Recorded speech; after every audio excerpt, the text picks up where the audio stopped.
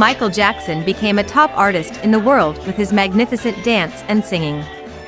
How did he manage to blossom his talent and find the path he should follow? Moreover, what kind of life did he lead, continually fighting against racial discrimination and prejudice, and advocating for peace and world harmony? Michael Jackson was born in 1958 in Gary, Indiana, USA, as the fifth son of a poor African-American family with 9 siblings. His father, Joe Jackson, worked as a crane operator in a factory on the night shift, but he harbored a dream of eventually leaving the factory and becoming an entertainer. He engaged in small-scale live performances. His mother, Catherine, was very gentle, but as a devout Jehovah's Witness, she forbade Michael from enjoying Christmas events in his early years and imposed a frugal lifestyle on him. While the children were interested in music after watching their father's live performances, a particular incident triggered their serious involvement in music. Tito, the second son, desperately wanted to play his father's guitar. He secretly played the guitar with Jermaine, the third son, for fun. However, when the guitar string broke, their quick-tempered father, Joe, attempted to punish Tito. In the midst of this, Catherine intervened and suggested to her husband to listen to their performance for a moment. Seeing the enjoyment and talent of Tito and Jermaine in their performance, Joe was surprised.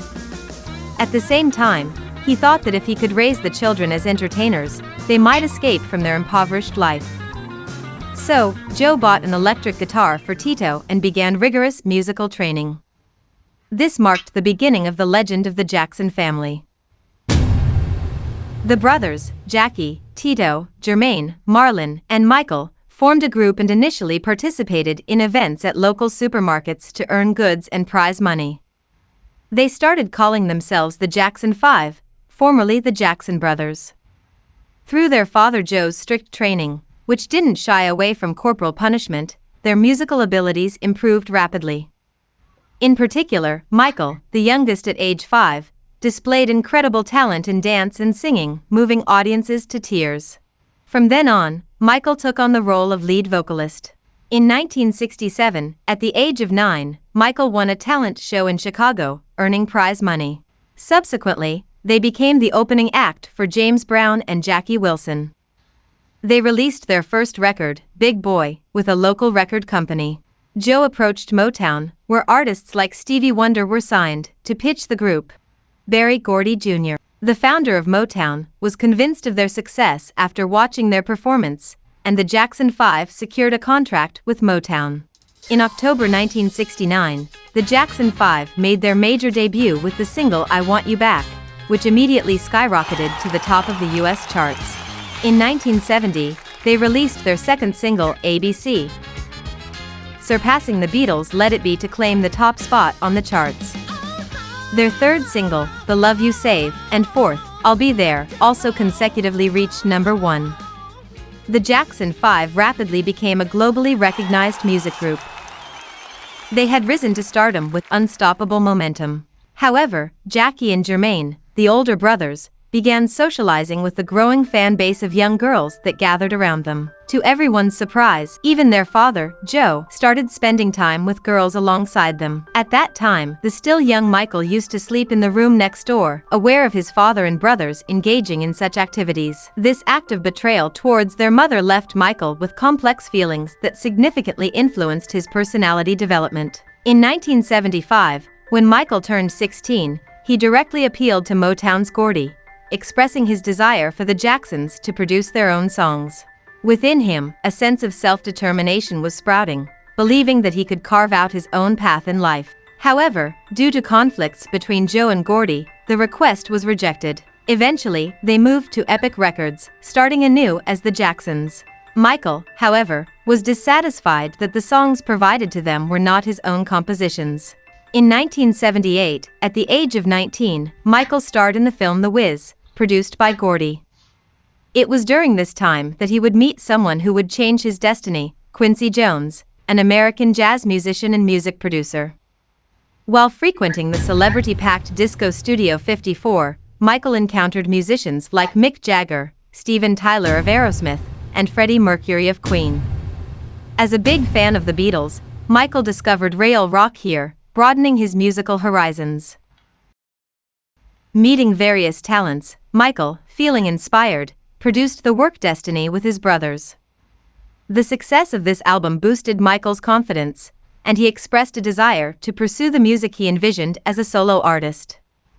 When he consulted Quincy Jones about finding a solo producer, Jones volunteered to take on the role himself.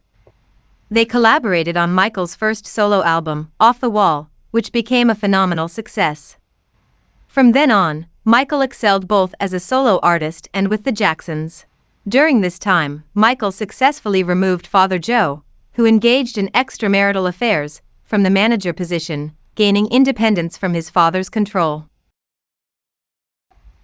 In 1982, at the age of 24, Michael released his second solo album, Thriller.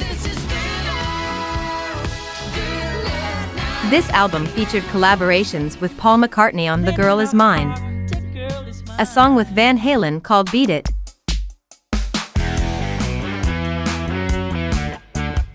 and the famous Billie Jean, known for Michael's Moonwalk.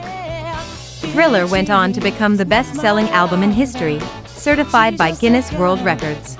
Notably, Billie Jean played a crucial role in breaking racial discrimination rules prevailing at the time. MTV, which had a policy against airing videos by black artists, lifted the ban on airing Billie Jean.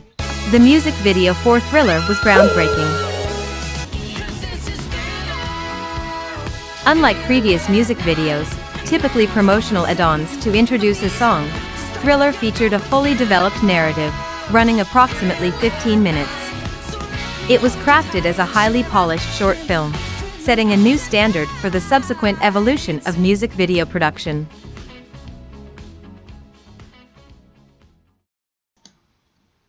However, this astonishing success stirred desires around him and gradually began to torment the pure essence of Michael. At the urging of his family, Michael reluctantly agreed to appear in a Pepsi commercial, enticed by the massive income. During the shoot, he suffered burns to his scalp, leading to a reliance on painkillers. Following this incident, he found it increasingly difficult to trust those around him, and he became mentally distressed. Despite these challenges, his passion for music and the strong desire to move and inspire people through his art remained undiminished. In 1984, he starred in the 3D attraction Captain EO at Disneyland. In 1985, he participated in the USA for Africa project, where top Hollywood stars gathered, releasing We Are the World. In 1987, Michael's sister, Janet Jackson, achieved massive success with her album Control. In August of the same year, he released his final collaboration with Quincy Jones, the album Bad. He embarked on his first solo world tour, the Bad World Tour, with Japan chosen as the inaugural location. A significant Michael Jackson boom, known as the Michael Whirlwind, swept through Japan. In 1988, he purchased the Neverland Ranch for an estimated $38 million and moved. In October of the same year, the film Moonwalker, in which Michael played the lead role and served as the executive producer, was released. In 1989, he won 3 categories at the BRE Awards, Pop, Rock, and Soul, earning him the title King of Pop. In 1991, he released the album Dangerous, with lyrics like black or white attempting to overcome racial barriers, resonating with many. In 1995, he released the double album History, Past, Present and Future, Book I, featuring a duet with his sister Janet titled Scream. In August of the same year, You Are Not Alone was released as a single. In October of the same year, he released the album Invincible. During this time, the media began spreading fake news about Michael to boost ratings. They claimed he injected female hormones to maintain a high voice. There were false rumors about him being homosexual, undergoing full facial plastic surgery, and bleaching his skin to become white.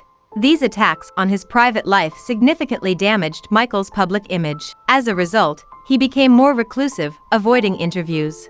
Later, Michael revealed that he had vitiligo, a condition where melanin pigments decrease, causing depigmentation of the skin. There was no established treatment for this disease, so he resorted to using makeup to conceal it. Despite his charitable activities to help underprivileged children, Michael faced allegations of child abuse. The media portrayed him as if he were a sexual offender. This relentless scrutiny took a toll on Michael's mental health. He increasingly turned to medication, leading to struggles with addiction and hallucinations. Dealing with insomnia, Michael passed away suddenly at the age of 50 in 2009 due to a drug overdose. This happened just before the announcement of his This Is It tour scheduled for the same year. Michael Jackson's death shocked people worldwide, and fans were enveloped in grief. Michael Jackson became a top artist in the United States with his dazzling dance and singing, but there has been no one who fought against racism and prejudice in America as much as he did. The racism, prejudice, and false bashing reports by the media faced by Michael were not easily overturned due to the fixed beliefs of those who believed in the media. However, it is an undeniable fact that Michael Jackson used his songs to advocate for peace, anti-discrimination, and world peace. Please subscribe to my channel. We're gonna show you world masterpieces in about 15 minutes with Manga. Manga is Japanese-style comics that is easy for everyone to understand. We're sure that you can grasp the context shortly. See you next time.